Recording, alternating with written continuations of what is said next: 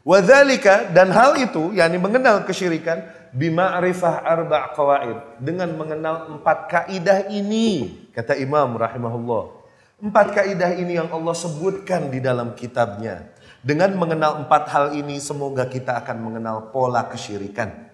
Gimana sih kesyirikan yang dilarang oleh Allah dan mencelakakan itu, yang membuat seseorang hangus seluruh amalannya, yang membuat seseorang menjadi abadi di neraka, tuh kesyirikannya seperti apa?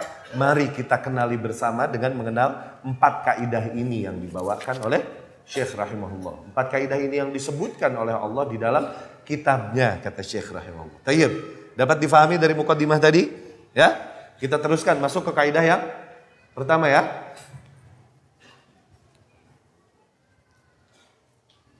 Al-ula, yang pertama, kaidah yang pertama.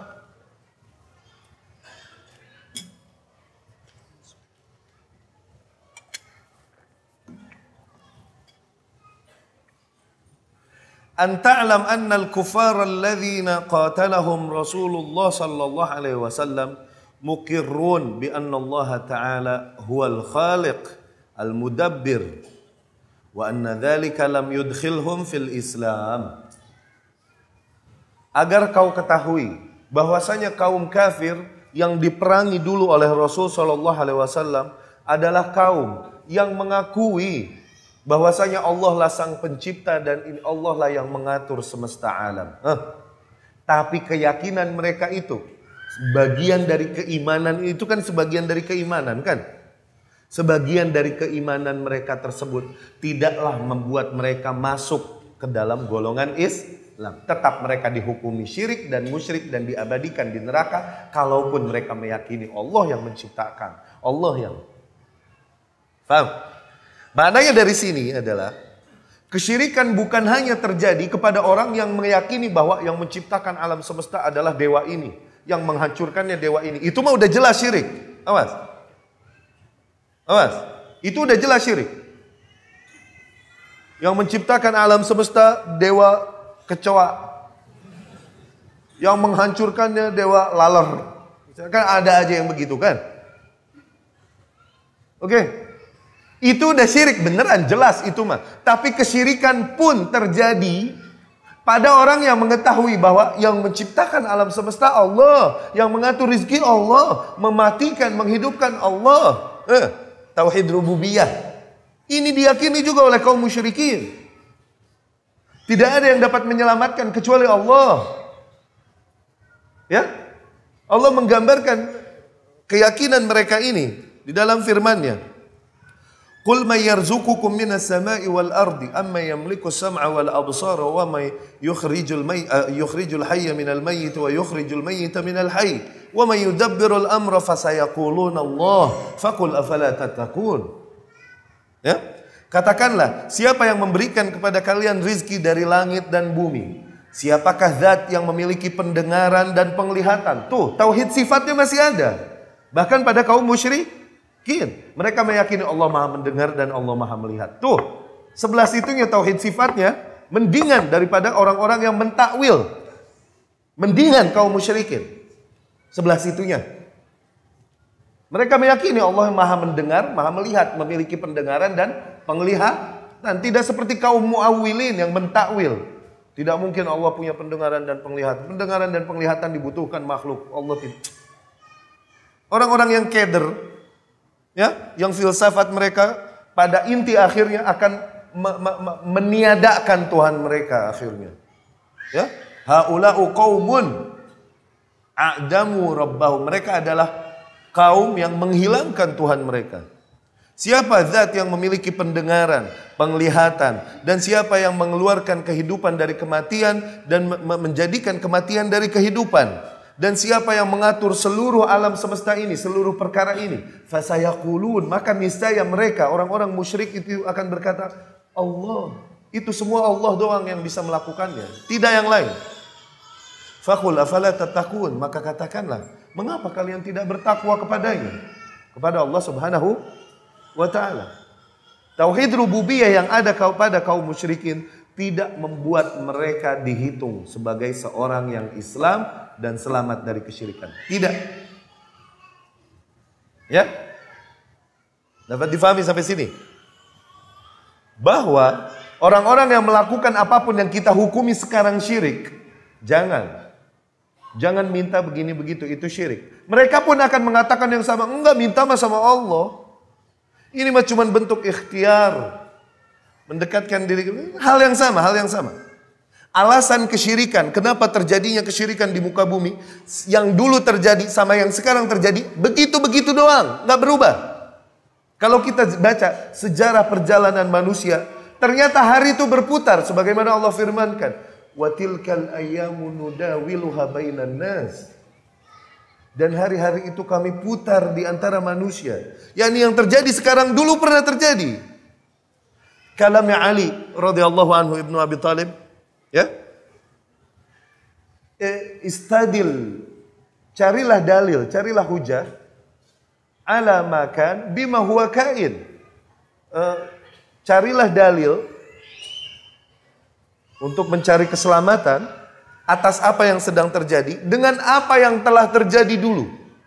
Fa innal umura ishtibah, karena sesungguhnya perkara-perkara itu mirip, nggak jauh beda sama yang dulu terjadi. Ya.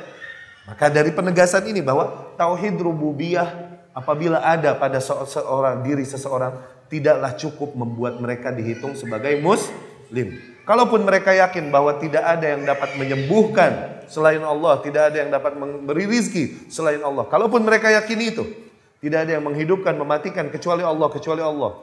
Kalaupun mereka yakin, belum tentu keyakinan itu menyelamatkan mereka dari kesyirikan.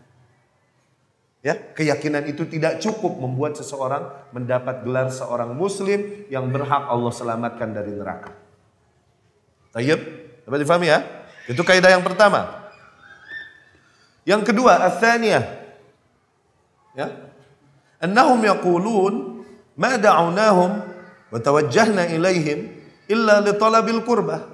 Mereka berkata, yakni kaum musyrikin dulu nih berkata, tidaklah kami berdoa kepada mereka, yakni berdoa nih kepada mereka nih maksudnya Tuhan-tuhannya. Sesembahannya mana? Lata, Uzza, Hubal, Manat, sebutlah Tuhan-tuhan dia orang.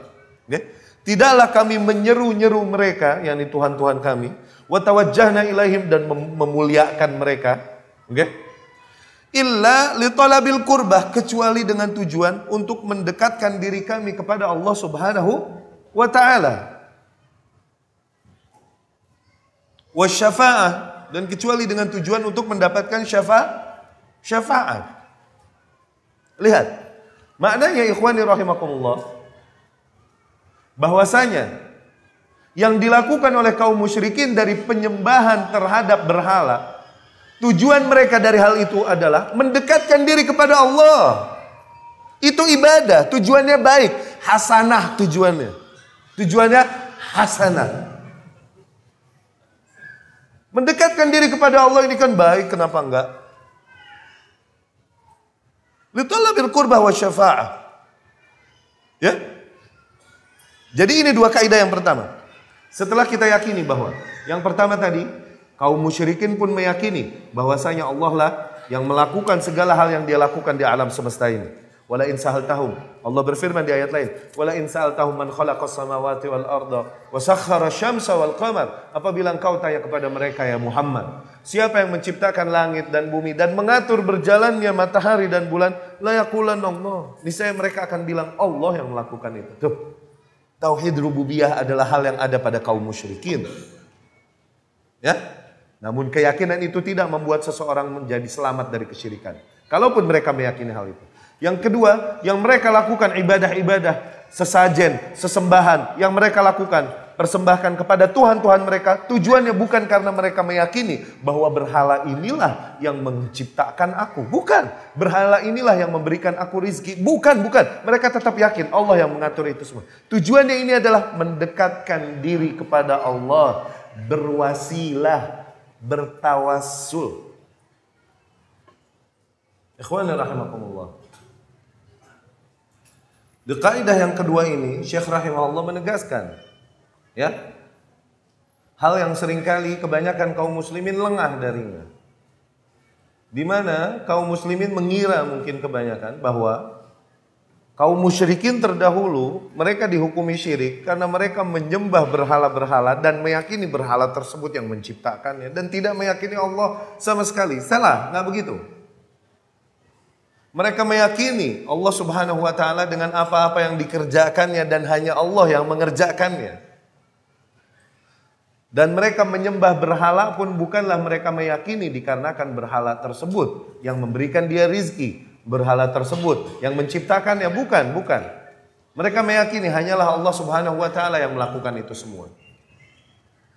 Namun berhala-berhala yang ada ini adalah bentukan dari tokoh-tokoh yang dahulu mereka sangat muliakan.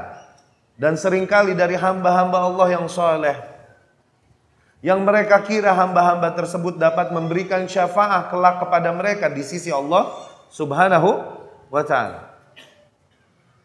Sekilas tentang sejarah kesyirikan. Bagaimana bisa kesyirikan terjadi di Jazirah Arab. Di Hijaz lah katakan, di Mekah Madinah. Ya. Ashraf buq'ah ala wajhil ard. Potongan muka bumi yang paling mulia. Ya. Yaitu Jazirah Arab. Syam. Okay. Mesir, Jazirah Arab, Hijaz, Mekah, Madinah, Yaman, Syam, Yordan, Palestina, Libanon, Syria, Mesir. Jazirah Arab di situ masuk Irak juga. Oke? Kenapa di situ disebut potongan muka bumi paling mulia? Karena tidaklah seorang nabi pun datang kecuali di situ. Kecuali di situ. Ya. Kenapa bisa terjadi kesyirikan pada mereka? Terutama di Mekah. Titik yang paling suci, rumahnya Allah. Apa sih dosa paling besar? Apa sih kekurangan ajaran paling besar kepada Allah? Syirikan. Ada kekurangan ajaran yang lebih besar lagi. Syirik di rumahnya Allah. Tuh. Syirik di rumahnya Allah nih. Waktu Rasulullah SAW taklukkan Mekah dengan para sahabat. Jumlah berhala yang ada di sana tuh. Adadul ayyam fis sana. Jumlah hari yang ada di dalam satu tahun. Berapa? 360 tuh jumlah berhala yang ada di rumah Allah. Lihat. Kekurangan ajaran apa lagi yang lebih besar? Syirik di sono no. Di sini aja udah salah bener. Tapi oke lah jauh dari Ka'bah. Di sono. Kenapa hal itu bisa terjadi? Kenapa kok bisa sampai segitunya nyungsepnya manusia sampai titik itu? Para ulama rahimahumullah menyebutkan di dalam sejarah mereka ya. Ibnu Katsir rahimahullah dalam Bidayah wa Nihayahnya atau di Siyar A'lam an-Nubalanya Imam Az-Zahabi atau yang terakhir di Ar-Rahiq Al-Makhtum Safiyur Rahman Al-Mubarakfuri. Ya.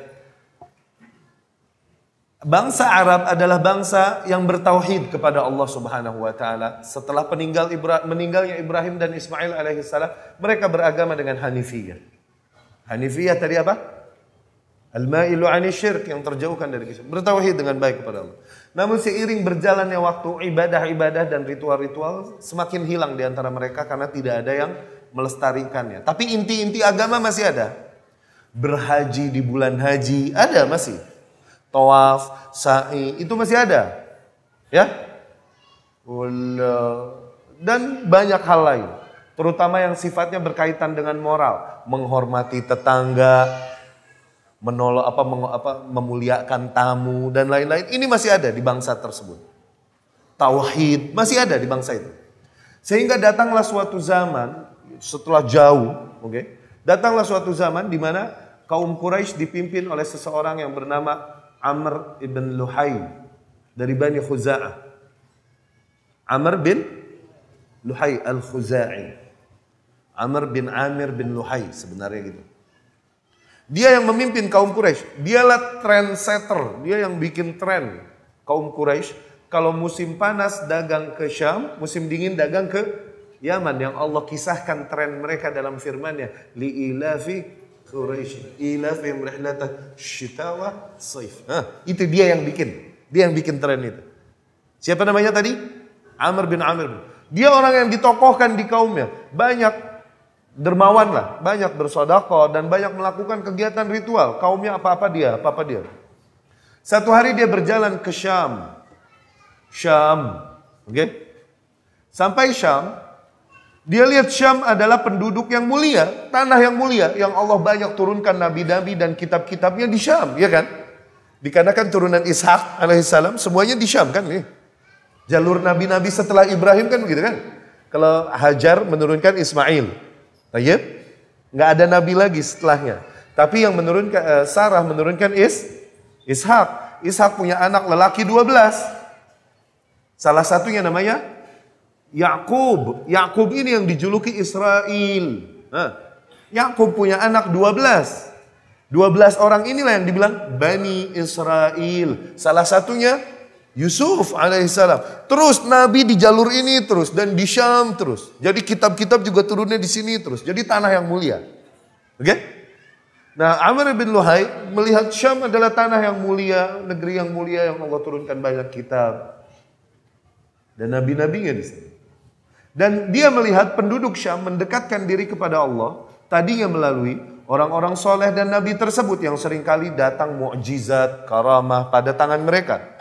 Oke?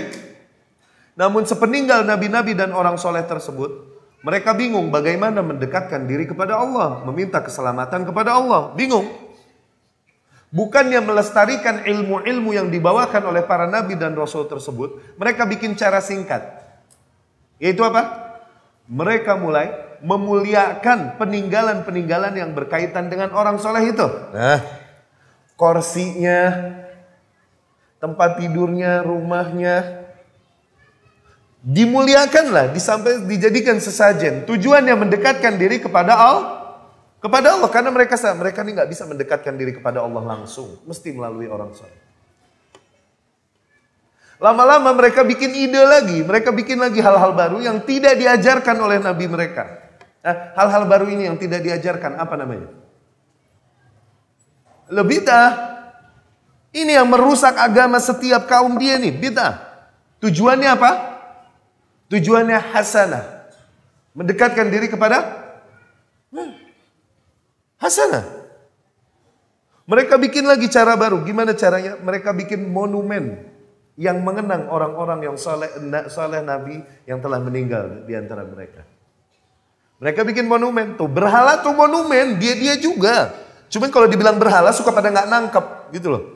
Sama kayak dibilang hamba Allah, iya, suka nggak nampol kan? Coba dibilang budaknya Allah, nah lebih nampol kan?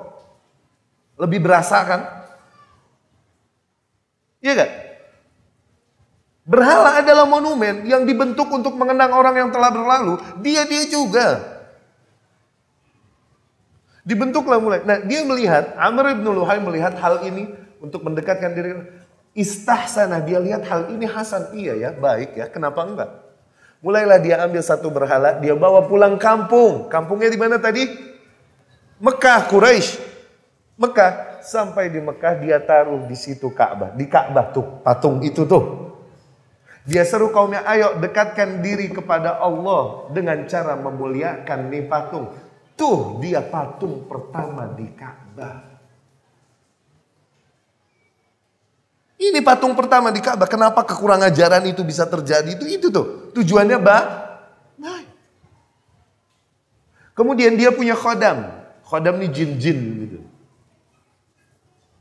Dia ketemu lagi tidur sama khodamnya. Khodamnya bilangin dia, jin piaraan ini, bahwa patung-patungnya kaum Nabi Nuh. Nuh nih berapa abad berarti? Nuh alaihissalam. Muka bumi ditenggelamin sama Allah. Zamannya Nuh alaihissalam. Dan kesyirikan dihabisin, ditenggelamin. Udah terkubur berapa meter coba, jauh kan. Patung-patungnya Nuh alaihissalam terkubur di sebuah tempat di sana. Di Jeddah. Jeddah dulu, Jeddah sekarang. Pagi-paginya dia bangun tidur, dia bikin tim ekspedisi. Ya salam. Dia berangkat ke Jeddah, cari tempat yang dikasih tahu jinnya itu, dikorek di sono, digali, beneran ketemu tuh patung-patung yang udah Allah kubur, dibisikin lagi sama iblis, dapat lagi, keluar lagi tuh patung-patung. Dibawa pulang lagi, ditaruh lagi di Ka'bah. Bertambahlah koleksi berhala di Ka'bah. Tuh, lihat. Tujuannya apa tadi? Apakah mereka meyakini berhala ini yang menciptakan? Enggak begitu. Sama seperti yang menyembah kubur sekarang. Kalau dibilang kalian penyembah kubur enak aja. Kita nggak nyembah kubur, kita nyembah Allah. Sama, dia juga. Penyakit yang sama, muter kok, dunia muter kok. Iya nggak? Terus sampai akhirnya mulai kesyirikan berjalan di bangsa Arab nih dari dia nih. Rasulullah SAW berkata, Ra'aitu Amr bin Amir bin Luhai, aku melihat Amr bin Amir bin Luhai di neraka ketika Isra Mi'raj, sedang diazab. Yujarru am'a'uhu finnar, jeroannya berantakan di neraka, beredelan. Amr bin Amir bin Luhai. Tuh sejarah kesyirikan, itu terjadinya kesyirikan di bangsa Arab. Dan pada intinya, kesyirikan di setiap kaum terjadinya karena hal itu, begitu, berangkat dari bid'ah. Bukan berangkat dari maksiat, awas. Bukan berangkat dari maksiat ini sesuatu yang diakui oleh pelakunya bahwa itu maksiat, peluang untuk berubah. Iya gak? Tapi bid'ah disuruh tinggalin lah. Dia merasa benar. Ini yang jadi peluang syaitan. Ya, itu tadi intermezzo sedikit tentang sejarah kesyirikan. Kenapa bisa kesyirikan terjadi di titik paling suci di muka bumi? Tuh, melalui itu iblis masuknya. Membisikkannya melalui hal tersebut. Semoga Allah Subhanahu wa taala lindungi kita dan keluarga kita dari kesyirikan yang kita sadari, kita ketahui ataupun tidak. Ma'adzallah. Dan mereka menyembah berhala itu, sekali lagi, bukanlah mereka meyakini bahwa berhala itu yang menciptakan, menghidupkan, mengatur rezeki. Bukan, Allah yang melakukan hal itu. Mereka menyembah berhala itu tujuannya adalah mendekatkan diri kepada Allah. Dan semoga tokoh-tokoh yang mereka agungkan sosoknya melalui monumen-monumen ini akan memberi mereka syafaat di sisi Allah kelak. Ya. Dari mana hal ini penegasannya? Dari firman Allah Subhanahu wa taala. Allah berfirman menggambarkan keyakinan mereka kaum musyrikin. Walladzina ittakhadhu min dunihi awliya'a ma na'buduhum illa liqarribuna ila Allahi zulfa. Tuh.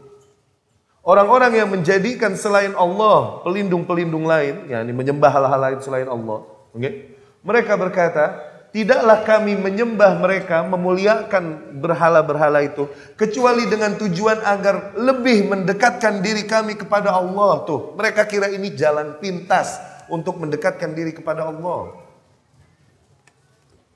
Ya?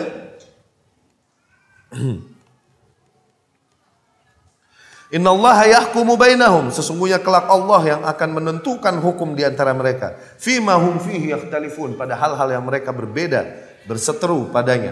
Innallaha la yahdi man huwa kadzibun kafar, sesungguhnya Allah tidak memberikan petunjuk kepada orang yang pendusta lagi sangat kufur. Ma'adzallah. Maknanya kenapa Allah berkata sesungguhnya Allah kelak yang akan menghukum? Karena mereka adalah kaum yang gak bisa dibilangin bahwa ini salah kalaupun tujuannya mendekatkan diri kepada Allah. Tetap ini menjadi perdebatan dari zaman ke zaman. Ini gak diajarin. Kalaupun tujuannya mendekatkan diri kepada Allah. Mereka berkata kita melakukan ini dengan tujuan mendekatkan diri kepada Allah, ibadah tuh. Allah bilang ya udah, Allah ntar yang menghukum padahal yang kalian bertentangan padanya. Ini dari dulu hujah yang sama, alasan yang sama. Berputar hari. Ya. Wa dalilu syafa'ah, dan dalilnya syafaat. Wa ya'buduna min dunillahi ma la yadurruhum wa la yanfa'uhum. Dan mereka menyembah selain Allah hal-hal yang tidak dapat memberikan madarat, tidak juga manfaat kepada mereka. Wa yaqulun, dan mereka berkata, haula syufa'auna indallah, mereka adalah para penyelamat kita di sisi Allah. Ya, Yunus dari ayat 18. Asy-syafa'ah, syafa'atan, syafaat terdapat dua jenis syafaat. Syafa'ah manfiyah wa syafa'ah mutsbatah. Syafa'ah yang tertolak dan syafa'ah yang ditegaskan, dibenarkan oleh syariat. Ya. Asy-syafa'ah al-manfiyah, syafa'ah yang tertolak, maka tutlabu min ghairillah fima la yaqdiru alaihi illallah. Adalah syafaat yang diminta kepada selain Allah dari hal-hal yang tidak mampu dilakukan kecuali oleh Allah. Mana? Gini. Ya, minta rizki. Siapa yang hanya bisa memberikan rizki? Siapa? Ketika meminta rizki kepada selain Allah, maka ini syirik. Oke? Meminta kesembuhan yang dapat menyembuhkan siapa?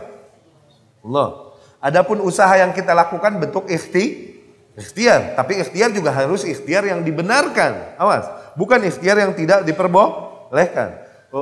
Apabila seseorang mencari kesembuhan kepada selain Allah seperti kedukun dan lain-lain, maka itu syirik karena tidak ada yang dapat menyembuhkan kecuali Allah. Permintaan tolong, apabila permintaan tolong ini adalah tentang hal yang tidak dapat dilakukan oleh zat lain kecuali Allah, maka syirik. Tapi ketika permintaan tolong adalah tentang hal yang dapat dilakukan juga oleh seorang makhluk, maka tidak syirik. Seperti ana jatuh, ada seorang ikhwan ana lewat, dia bisa nggak nolongin ana? Bisa dong. Ana minta tolong, tolongin ana. Ini syafaat, minta tolongin ana. Hal yang orang lain pun dapat melakukan, maka tidak syirik. Tapi meminta keselamatan di akhirat kepada selain Allah, syirik gak? Karena hanya Allah yang dapat memberikan keselamatan. Kalaupun ada syafaat, orang-orang yang dapat memberikan syafaat seperti Rasul SAW dan lain-lain, meminta syafaat kepada Rasul haram. Minta syafaatnya kepada Allah. Nggak boleh minta syafaat sama makhluk. Jadikan aku termasuk orang yang diberikan syafaat olehnya. Kalau mau begitu. Ya, dapat difahami nggak? Jadi syafaat ada yang tertolak, ada yang dibolehkan. Syafaat permintaan tolong yang diperbolehkan adalah hal-hal yang dapat dilakukan oleh makhluk. Seperti tadi kalau jatuh minta tolong. Nggak punya duit, pinjem duit deh. Minta tolong sama teman, pinjem duit. Apakah ini syirik? Enggak, kenapa? Temen dapat minjemin gitu loh, bisa. Tapi meminta rizki secara keseluruhan. Meminta kesembuhan, meminta keselamatan di akhirat. Meminta pertolongan kepada selain Allah pada hal-hal yang tidak dapat dilakukan kecuali oleh Allah, maka syirik. Ya?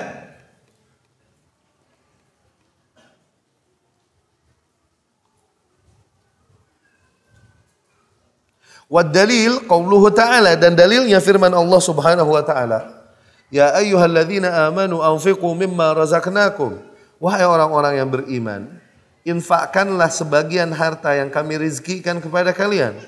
Min qabli ayyatiya yaumul la bay'un fihi wala khullah. Sebelum datang ya, hari yang tiada lagi jual beli padanya, tiada lagi teman, wala syafa'ah, dan tidak ada lagi pertolongan, syafaat.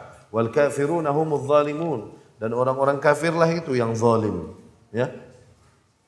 Wa syafa'ah al-mutsbatah hiya allati tutlab min Allah. Adapun syafaat yang dibenarkan adalah syafaat yang dimintakan hanya kepada Allah, ya.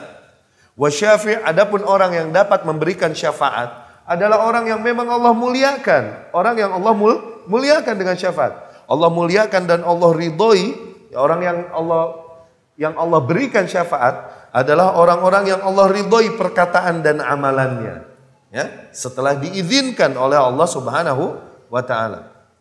Demikianlah orang-orang soleh, demikianlah para nabi, demikianlah para malaikat memberi syafaat kepada orang-orang yang beriman. Itu tidaklah mereka merdeka memberikan syafaat. Mereka hanya bisa memberikan syafaat setelah Allah mengizinkan mereka. Jadi salah ketika seseorang langsung minta syafaat, gitu.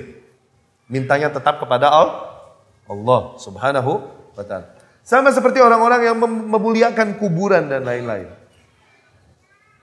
Mereka meyakini tokoh-tokoh yang dikubur ini kelak akan menyelamatkan mereka. Tidaklah mereka menyembah kubur. Mereka nggak terima kalau dibilang para penyembah kubur. Karena apa? Melakukan ziarah, nangis-nangis, minta-minta di kuburan. Minta di kuburan. Ya, mungkin orang-orang yang dikubur ini, kalau bisa ngomong, dia ngomong. Aneh lagi ribet disabetin nih sama malaikat azab. Kok bisa ente minta sama ane? Yang minta-minta di kuburan. Ya. Dapat difahami itu yang kedua. Baik. Masuk ke kaidah yang ketiga. Anna Nabi sallallahu alaihi wasallam dhahara ala unasin mutafarriqina fi ibadatihim. Nabi sallallahu alaihi wasallam muncul di antara manusia ya yang berpola, yakni bermacam-macam pola ibadah mereka. Minhum, di antara mereka, man abidal malaikah, di antara mereka ada yang menyembah malaikat. Minhum man ya'budul anbiya, di antara mereka ada yang menyembah para nabi, wassalihin, dan menyembah orang-orang saleh. Wa man ya'budul ashjar, di antara mereka ada yang menyembah pohon, puun, pepohonan. Wal ahjar, dan batu-batu. Wa minhum may ya'budu syamsa wal qamar, dan di antara mereka bahkan ada yang menyembah matahari dan bulan. Wa qatalahum Rasulullah sallallahu alaihi wasallam. Namun Rasul sallallahu alaihi wasallam memerangi mereka semua, walam yufarriq bainahum, dan Rasul tidak membedakan di antara mereka. Syuf. Mereka adalah orang yang enggak terima kalau dikatakan mereka menyembah malaikat. Enggak, mereka menyembah Allah. Kalau dikatakan mereka menyembah para nabi dan orang-orang soleh, tidak, mereka menyembah Allah. Ini yang kami agungkan dan kami muliakan, tujuannya adalah mendekatkan diri kami kepada Allah. Tapi tetap Allah hukumi bahwa mereka penyembah malaikat, penyembah nabi. Tetap Allah hukumi demikian. Kalaupun mereka tidak terima, tetap Allah hukumi musyrik. Di antaranya adalah penyembah nabi. Salah satu berhala terbesar di Ka'bah ketika ditaklukkan oleh Rasul sallallahu alaihi wasallam Mekah, salah satu berhala yang paling besar adalah berhala Ibrahim dan Ismail yang berada di atas Ka'bah. Tuh, mereka menyembah nabi, tujuannya apa tadi? Begitupun mereka menyembah pepohonan dan lain-lain. Pohon Dzatu Anwat, pepohonan yang dianggap keramat oleh kaum musyrikin. Yang dimana mereka seringkali menggantungkan pedang-pedang mereka di situ. Dianggap, pedangnya sakti ntar, udah dinginepin di pohon itu semalam 2 malam. Pedangnya sakti nanti, jadi jago dia. Baik. Apakah maknanya mereka menyembah pohon itu? Tapi tetap dihukumi oleh Allah bahwa mereka dengan itu penyembah pohon. Kalaupun mereka menyembah Allah subhanahu wa ta'ala, meyakini bahwa Allah lah yang memberi keselamatan, Allah yang memberi rizki. Demikian. Ya. Dalilnya Allah Subhanahu wa taala berfirman, "Wa qatiluhum hatta la takuna fitnah," dan perangi mereka semua sehingga tidak lagi tersisa fitnah. Fitnah di sini maknanya syirk. Fitnah maknanya banyak. Bisa maknanya azab. Ya. Ittaqu fitnatan la tusibanna alladhina zalamu minkum khassa. Hati-hatilah, takutlah kalian kepada fitnah yang tidak hanya menimpa orang-orang zalim saja di antara kalian. Fitnah ini azab. Okay? Fitnah bisa maknanya ujian. Bisa maknanya ujian yang berat. Walaqad fattanna alladhina min qablihim fala ya'lamanna Allahu alladhina shadaqu wa la ya'lamanna al-kadhibin. Sungguh telah kami fitnah orang-orang yang beriman sebelum mereka. Yani ahasiban nasu ayyutraku ayyaqulu amanna wa hum la yuftanun. Apakah orang-orang mengira setelah mereka berkata kami beriman kemudian mereka tidak difitnah, yani tidak diuji. Okay? Walaqad fattanna alladhina min qablihim. Sungguh telah kami uji dengan ujian-ujian yang berat orang-orang yang beriman sebelum mereka.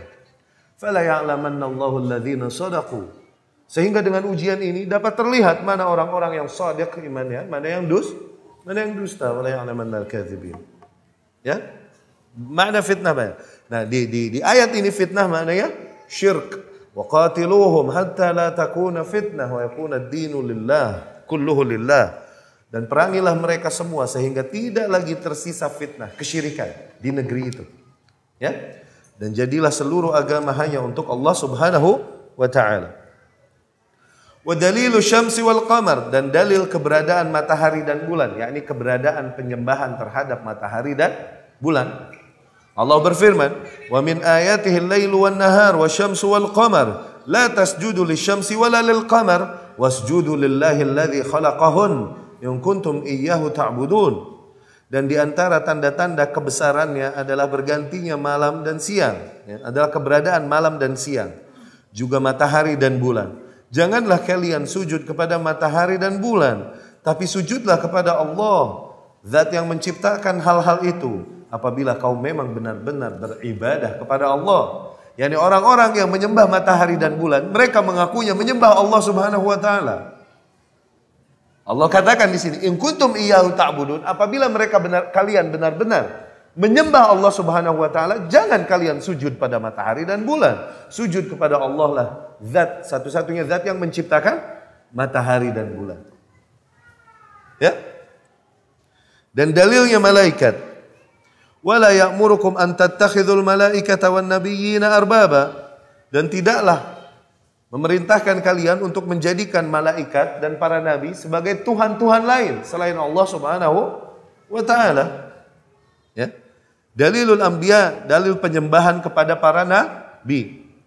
Wa idz qala Allahu ya Isa ibn Maryam a anta qulta lin-nasi ittakhidhuni wa ummi ilahaini min dunillah. Dan ingatlah ketika Allah berkata kepada Isa alaihissalam, wahai Isa, apakah kau berkata, wahai Isa ibnu Maryam, apakah kau berkata kepada manusia untuk menjadikanku dan ibuku dua Tuhan yang disembah selain Allah Subhanahu wa taala? Maka Isa pun berkata, qala subhanak, maha suci engkau ya Allah, ma yakunu li an aqula ma laysa li bihaq, tidak pantas aku berkata apa yang bukan menjadi hakku. Wa in kuntu qad qultuhu faqad alimtah. Ya. Dan apabila aku memang mengatakannya, in kuntu qultuhu faqad alimtah, apabila aku memang mengatakannya, sungguh kau telah mengetahuinya. Innaka ta'lamu ma fi nafsi wa la a'lamu ma fi nafsik. Sesungguhnya kau mengetahui apa-apa yang berada di dalam diriku dan aku tak mengetahui apa yang berada dalam dirimu. Innaka anta 'allamul ghuyub. Sesungguhnya engkau yang maha mengetahui hal-hal yang gaib. Adanya keberadaan penyembahan terhadap nabi. Ala kulli hal, sedikit lagi. Mengapa Nabi Isa alaihissalam mengapa disembah di kaum tersebut?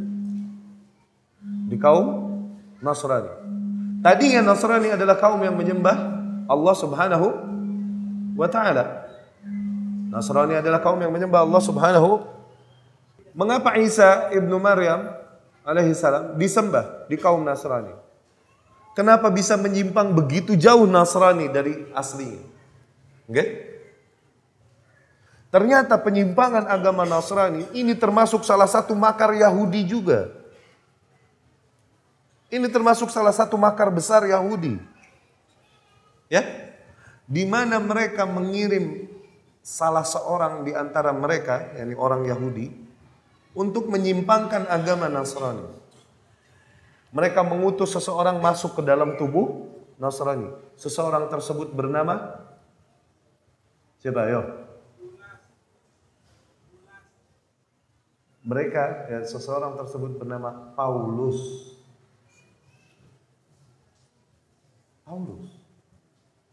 The Pope, Paus.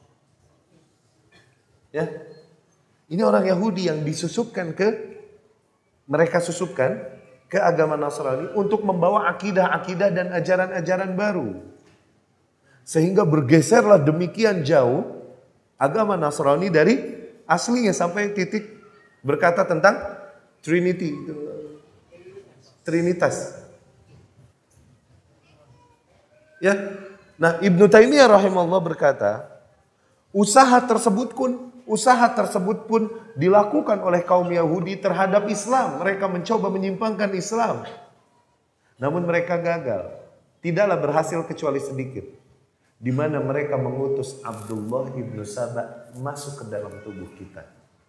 Membawa dogma-dogma yang berbeda dengan apa yang tidaklah dia berhasil kecuali bagi orang-orang yang memang Allah hinakan mereka. Kafarah, zanadiqah, Syiah. Ya.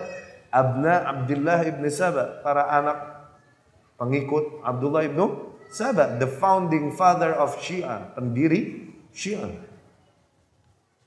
Dia yang mau mencoba menyimpangkan, menjadikan Ali ini Tuhan. Sehingga dibakar oleh Ali bin Abi Thalib. Dia berkata kepada Ali, "Antal ilah, engkaulah yang Tuhan." Waduh, dibakar hidup-hidup. Setelah itu Ali baru tahu, Ibnu Abi Thalib radhiyallahu anhu, bahwasanya ternyata haram menghukum dengan bakar, baru tahu setelah itu. Karena haram menghukum seseorang dengan api kecuali Allah Subhanahu wa taala. Ya. Ya. Begitupun dalil as-salihin wa dalilul asjar wal ahjar, ya. Dibaca dalil-dalil tersebut menegaskan keberadaan penyembahan dan banyaknya konsep beragama yang ada ketika itu pada kaum musyrikin di era jahiliyah terutama. Masa jahiliyah, definisi yang tepat pernah kita sampaikan di sini. Definisi yang tepat dari masa jahiliyah adalah sebuah masa fatrah allati khalatil ardu minar rusul wal anbiya qarabat sittah qurun. Sebuah masa yang dimana muka bumi kosong dari nabi dan kosong dari rasul sekitar 6 abad. 6 abad. Jadi nabi dan rasul tidak pernah lepas, selalu ada, selalu Allah dirikan hujah di atas muka bumi. Ya? Selalu ada, satu berganti silih, berganti terus. Setelah Ishak, maka nabi terus berada di jalur itu alaihi salam. Ya, Bani Israel ala juhul anbiya, para nabi ini mengasuh mereka dari zaman ke zaman. Kanat Banu Israel tasusuhumul anbiya, mereka diasuh, yakni disiasati oleh para nabi, kata Rasul sallallahu alaihi wasallam. Yakni kullama halaka nabiyyun ja'ahu akhar, setiap mati satu nabi datang nabi berikutnya, datang, selalu ada. Allah dirikan hujah. Namun setelah Isa alaihi salam meninggal, tidak ada nabi, tidak ada rasul di muka bumi. Kosong. Nah, masa inilah masa yang disebut masa jahiliyah, sekitar 6 abad lebih. Sehingga datanglah Rasul sallallahu alaihi wasallam dari jalur yang lain, dari jalur Ismail. Nah, inilah penutupan masa jahiliyah dengan datangnya Rasul sallallahu alaihi wasallam.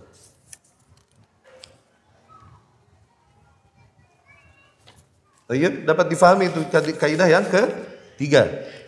Ya. Sebenarnya Al-Imam rahimahullah berkata demikian di kaidah kabar. Annal musyrikin fi zamanina aghladu syirkan minal awwalin. Perhatikan kaidah keempatnya. Bahwasanya kaum musyrikin di zaman kita kesyirikannya lebih parah daripada kaum musyrikin di zaman dulu. Kaum musyrikin di zaman kita kesyirikannya lebih parah daripada kaum musyrikin di zaman dahulu. Kanu yusyrikuna fir raha wa yukhlisuna fis syiddah. Mereka dulu melakukan kesyirikan lagi senang. Dan mereka akan bertauhid ketika dalam kondisi terdesak, kondisi yang mengancam. Oke? Buktinya apa? Firman Allah Subhanahu wa taala, "Fa idza raqibu fil fulki da'u Allah mukhlishina lahuddin, wa idza najjahum ilal barri idhum yusyrikun." Ketika mereka berada di badai, di lautan, di perahu terkena badai, mereka tahu tidak ada yang dapat menyelamatkan kecuali Allah Subhanahu wa taala. Langsung mereka meminta pertolongan keselamatan kepada Allah. Dan ketika mereka sampai ke daratan selamat, tiba-tiba mereka kembali berbuat kesyirikan. Apakah Allah tertipu? Tidak. Demikianlah keadilan Allah. Apabila seseorang meminta pertolongan hanya kepadanya dan kondisinya benar-benar terancam dan meminta kepadanya, maka Allah akan kabulkan kalaupun orang tersebut kafir. Kalaupun Allah tahu dia akan kembali berbuat kekafiran, tapi karena dia meminta kepada Allah ketika masa terdesak terancam nyawanya, maka Allah akan kabulkan kalaupun kafir. Seperti doa orang yang dizolimi, Allah akan terima dan Allah akan balaskan kezolimannya kalaupun yang berdoa tersebut kafir. Ini bentuk keadilan Allah di akhirat akan dibalas kekafirannya, tapi di dunia Allah punya sistem di mana orang-orang yang meminta dibalaskan oleh Allah Subhanahu wa taala karena dizalimi, kalaupun kafir Allah balaskan, Allah dengar, Allah terima dan Allah balaskan. Sama seperti Yang dikatakan Syekhul Islam rahimahullah misalnya, Inna Allah Ta'ala yuqimu dawlatal adli wa in kanat kafirah wa la yuqimu dawlatal zulmi wa in kanat muslimah. Allah akan menjayakan sebuah negeri yang adil kalaupun negeri tersebut negeri kafir. Menjayakan sebuah negeri yang adil. Adil di sini maknanya apa? Yakni penduduknya menunaikan tanggung jawabnya dengan baik dan tidak merampas apa yang bukan menjadi haknya. Itu. Oke? Allah akan menjayakan sebuah negeri yang adil. Kalaupun negeri tersebut negeri kafir, kekafirannya Allah balas nanti di akhirat. Tapi di dunia mereka adil, Allah akan berikan kejayaan. Wala yuqimu daulataz zulmi, dan Allah tak akan menjayakan sebuah negeri yang zalim. Wa in kanat muslimah, kalaupun negeri tersebut negeri muslim. Ini keadilan Allah di dunia. Begitupun orang yang meminta pertolongan kepada Allah ketika kepepet, terancam nyawanya. Allah tahu dia akan berbuat kafir nanti. Allah Maha tahu. Tapi Allah akan berikan sebagai bentuk keadilannya di dunia. Tayyib, dapat difahami? Fa idza raqibu fil fulk, dan ketika mereka terhantam ombak badai di lautan, mereka takut langsung minta tolong kepada Allah Subhanahu wa taala, dan ketika Allah selamatkan mereka ternyata mereka kembali berbuat kesyirikan. Mereka berbuat kesyirikan, lagi senang, lagi susah kembali kepada Allah, fitrahnya masih ada. Tapi kaum musyrikin yang sekarang lagi senang syirik, lagi susah tambah syirik. Lagi senangnya syirik, lagi susahnya mereka pergi ke tempat-tempat yang dimana di situ diyakini dapat membukakan rizki dan lain-lain. Meminta pengasihan katanya kepada orang-orang tertentu yang dapat memberikannya. Ya, bahkan mereka berani melakukan kesyirikan demi hal yang paling hina mungkin, demi hal yang paling sepele. Cinta ditolak, dukun bertindak, ya salam. Ajib. Mereka berani melakukan. Maksud ketika susah malah tambah syirik. Berarti parahan mana kaum musyrikin dulu sama sekarang? Parahan sekarang. Ya? Dapat difahami? Ini kaidah yang keempat. Tayyib. Wazidna, dan kita tambahkan kaidah yang kelima. Dengan ini kita akan mengenal kesyirikan. Ya, kaidah yang kelima ini tambahan dari syariah, dari ana, dari al-dhaif, al-faqir, al-jahil, al-muta'allim. Kita lihat penting untuk mengenal kesyirikan dan kenapa kesyirikan terjadi di setiap zaman. Kita tambahkan hanya sebagai hasyiah, tambahan saja. Catatan kaki saja. Ya, di situ dituliskan. Lihat, yang kelima. Anna aghlabiyyat asyirk fi kulli zamanin wa makan. Ini bukan kalam Syekh rahimahullah. Hada minni al-dhaif, al-faqir, al-jahil, al-muta'allim. Ana kalam. Tayyib. Bahwasanya kebanyakan syirk, mayoritas kesyirikan di setiap zaman dan tempat, ala wajhil ard, di atas muka bumi, allati alajuha al-anbiya war rusul, yang dimana para nabi dan rasul menghadapinya. Sababuha, sebab inti kesyirikan tersebut adalah ihdatsul bid'ah, menjadikan bid'ah-bid'ah, wa ihya'uha, dan menghidupkannya. Bid'ah adalah hal-hal yang tidak diajarkan oleh nabi dan rasul yang datang pada mereka. Dan menghidupkannya, melestarikannya. Al-mutarattibatu min dzalik, yang berefek otomatis dari hal tersebut, dari menghidupkan bid'ah. Tarku sunnatil anbiya, otomatis akan meninggalkan sunnah dan ajarannya yang memang datang dari nabi. Wa ta'alimihim, dan ajaran-ajaran mereka. Wa taqlid sunnatil aba wa adatihim, dan menggantinya dengan mengikuti sunnah para leluhur mereka.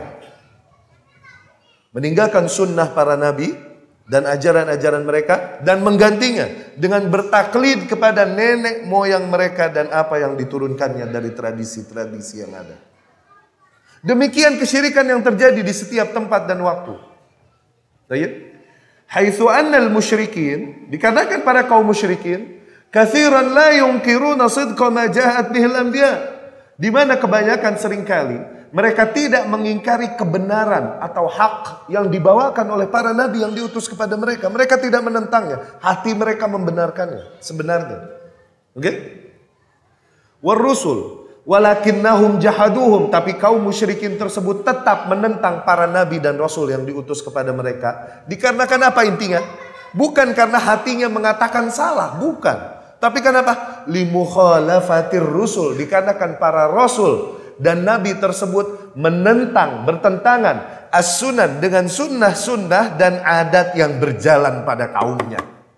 Setiap zaman, setiap tempat demikian. Setiap nabi mengalami hal yang sama. Maka kami kira poin ini pantas kami sisipkan.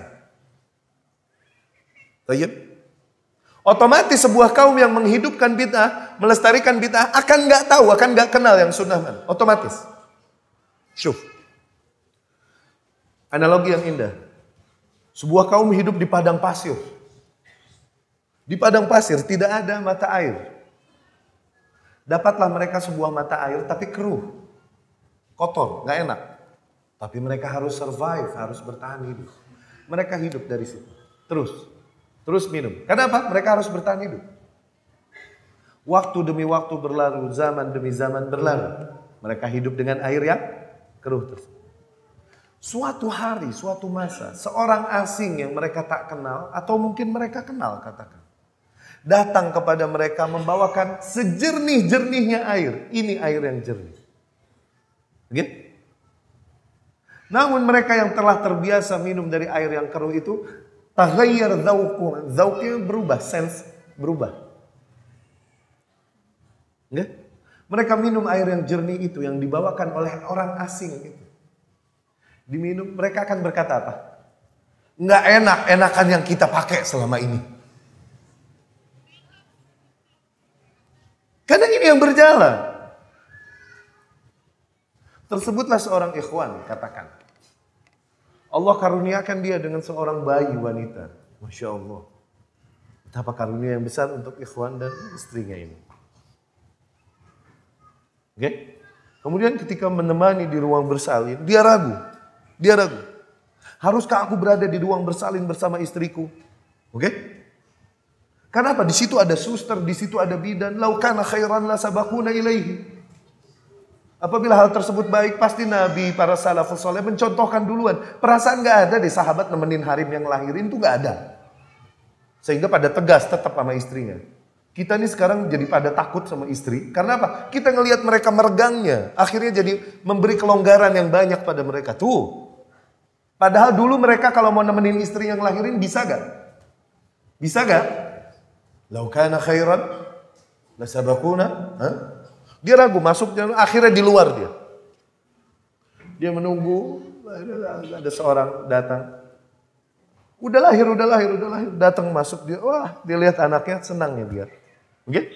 Dan istrinya sedang dirawat, dijahit. Kemudian nih anak lagi nangis, lagi dielapin sama susternya. Kemudian susternya bilang, sabar ya, abis ini diazanin sama abinya. Diazanin. Ini abal lidahnya gatel. Dia sampaikan nasihat. Maaf, gak diazanin. Kita tidak mengazankan bayi yang baru lahir. Bagusnya nih suster mau dengar. Oh begitu, kenapa ya Pak ya? Karena kita hanya melakukan apa yang dicontohkan Rasul. Tidak ada contoh yang dari Rasul mengazankan bayi yang baru lahir. Oh begitu. Iya, kirain diazanin. Bagusnya mau dengar nih suster. Ya kan? Udah gitu gak lama, setelah dibersihkan, diberikan kepada ayahnya. Ayah itu mengunyah kurma yang telah dia siapkan sedari tadi. Kemudian diambil, dimasukkannya ke mulut. Kemudian suster itu bilang, jangan, kenapa dimasukin?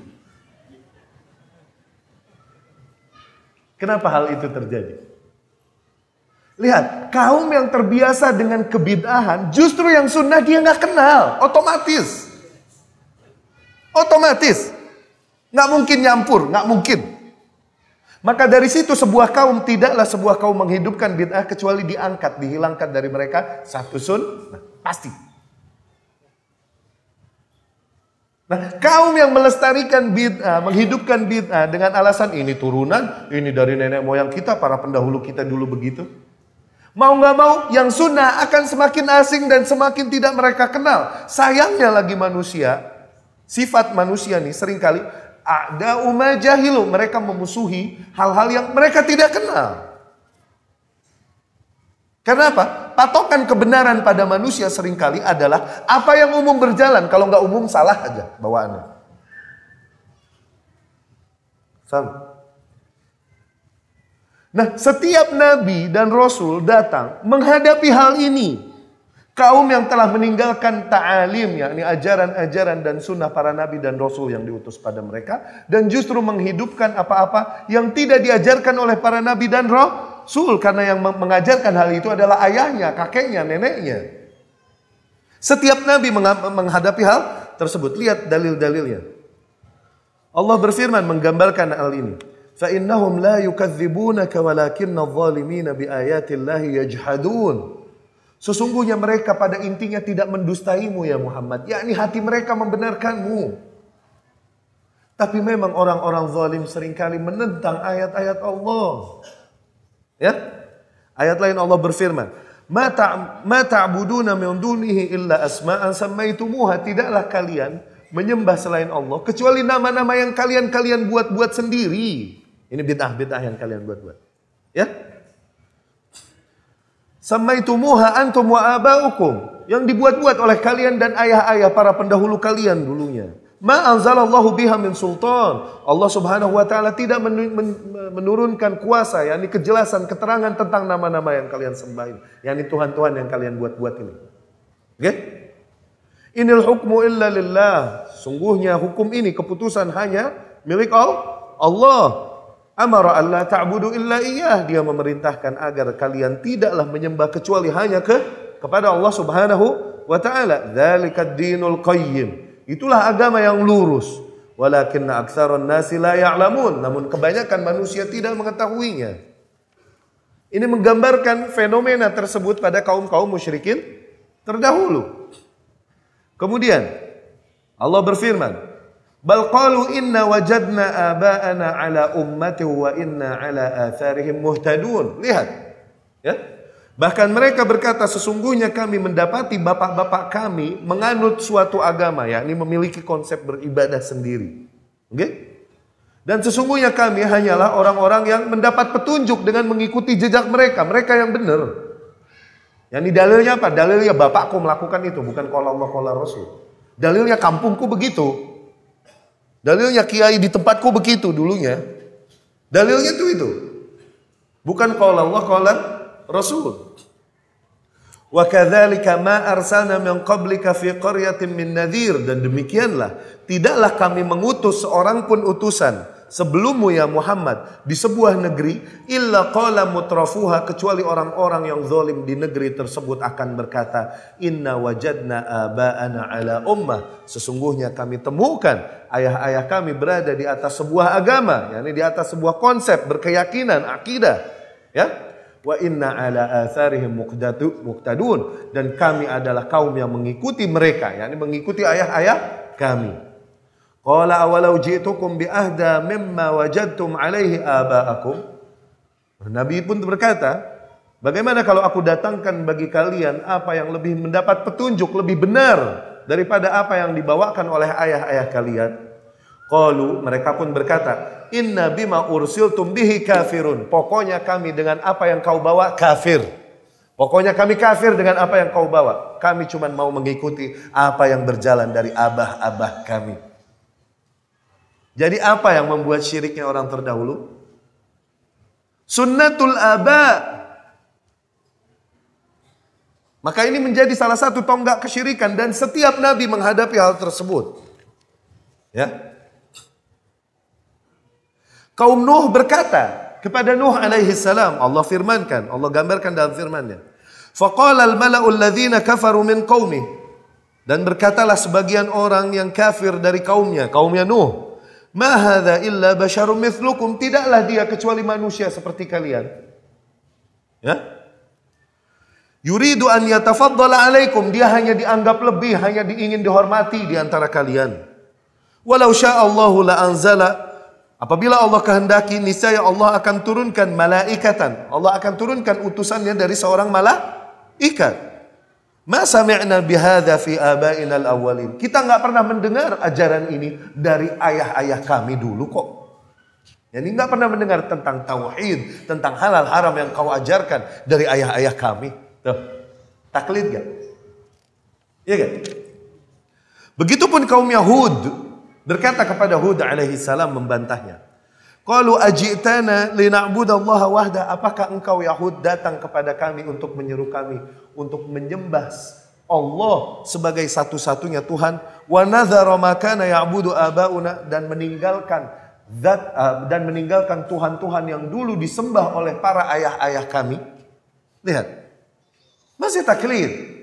Ya? Apakah engkau datang untuk menyuruh kami meninggalkan Tuhan-Tuhan yang disembah oleh ayah-ayah kami dan menyembah Tuhan satu-satunya yang kau seru? Ya. Fa'tina bima ta'iduna in kunta minas shadiqin. Maka datangkanlah apa yang kau ancamkan pada kami apabila memang kau benar. Lihat tantangannya kepada Hud alaihi salam. Dia membantah Hud dengan taklid kepada nenek moyangnya, tradisi yang berjalan. Ya. Begitupun kaumnya Fir'aun menentang Musa dan Harun, ya, dan lebih memilih bertaklid kepada nenek moyang mereka. Qalu ajitana litalfitana amma wajadna alaihi aba'ana. Apakah engkau datang kepada kami untuk memalingkan kami dari apa yang diajarkan oleh ayah-ayah kami? Wa takuna lakumal kibriya'u fil ard, dan kalian menjadi dua orang yang dihormati di muka bumi. Yani kalian nih Musa dan Harun, ya. Wa ma nahnu lakuma bimu'minin. Pokoknya kami tidak mau beriman kepada kalian berdua. Yani kepada Musa dan Harun. Kaumnya Saleh membantah Saleh dengan taklid kepada ayah-ayah nenek moyang mereka. Mereka berkata, qalu ya Saleh, qad kunta marjuwan fina qabla hadha. Wahai Saleh, sungguh kau benar-benar dulunya diharapkan di antara kami, yakni disayangi di antara kita. Ya. Sebelum ini, sebelum kau menyeru kita. Atanhana an na'budu ma ya'budu abauna. Apakah kau melarang kami untuk menyembah apa yang disembah oleh ayah kami? Lihat, selalu taklid tipe yang sama.